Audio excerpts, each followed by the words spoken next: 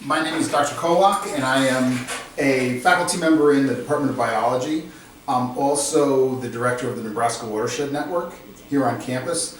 The Nebraska Watershed Network also, as we were just talking about before the camera started, manages a research station out on the Elkhorn River.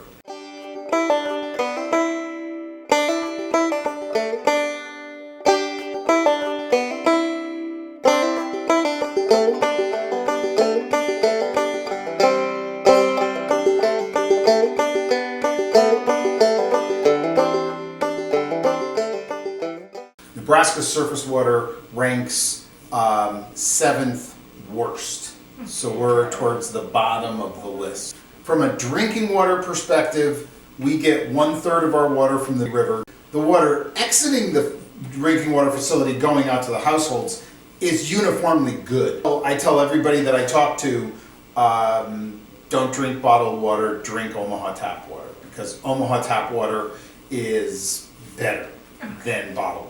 And let me tell you why that is. There's two reasons. First of all, water that's coming in a bottle is just municipal drinking water from another city. So that's all it is. I mean, there's no secret Rocky Mountain stream in Colorado where they go fill up the bottles. It's coming out of a drinking water facility just like here in Omaha. And the second thing is when you put water in bottles, right, then you have to deal with the waste of the bottle, and you have to deal with plastics leaching from the bottle into the water. So there's all kinds of problems there. The third reason, even though I said there were only two, I'll give you a third. Okay. The third is that municipal water supplies are regulated by the FDA and the Food and Drug Administration, and also by the EPA. So they're regulated where they have to periodically test for contamination. Drinking water in bottles, not necessarily so. So anything that's put on the ground, it rains, that rain pulls it into the water, and it comes downstream. Our number one contaminants are of an agricultural origin because all of our landscape is agricultural.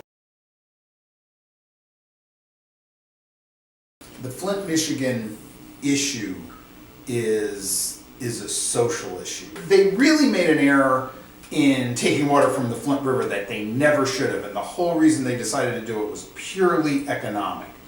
The second thing that they decided to do was to not treat, because you can actually treat the water to not be corrosive, and they didn't do it because they were trying to save money. The downstream suppliers caught the brunt of it and paid for it with lead damage to their children. It should have never happened. It's not as if the science wasn't well understood. The science was completely understood. Mm-hmm. It was just a social and an economic issue, not a scientific one.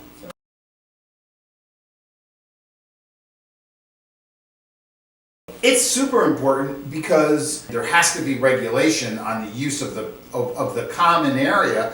Otherwise, the common area isn't going to be there anymore. It's hugely important in that you have a resource that everyone can both benefit from, but also everyone in their own way can contaminate. The very people that contaminated it, which is kind of all of us, are responsible for decontaminating it. And you can see this in the federal government right now, right? It puts us in economic and political conflict. It's a really huge, difficult question to address. And the one way not to address it is to just, as certain politicians will, put our head in the sand and pretend that it doesn't exist. Mm-hmm. But everyone knows that it's happening. And for the government to say that it's not is a violation of the whole reason why human beings form governments to begin. Yeah.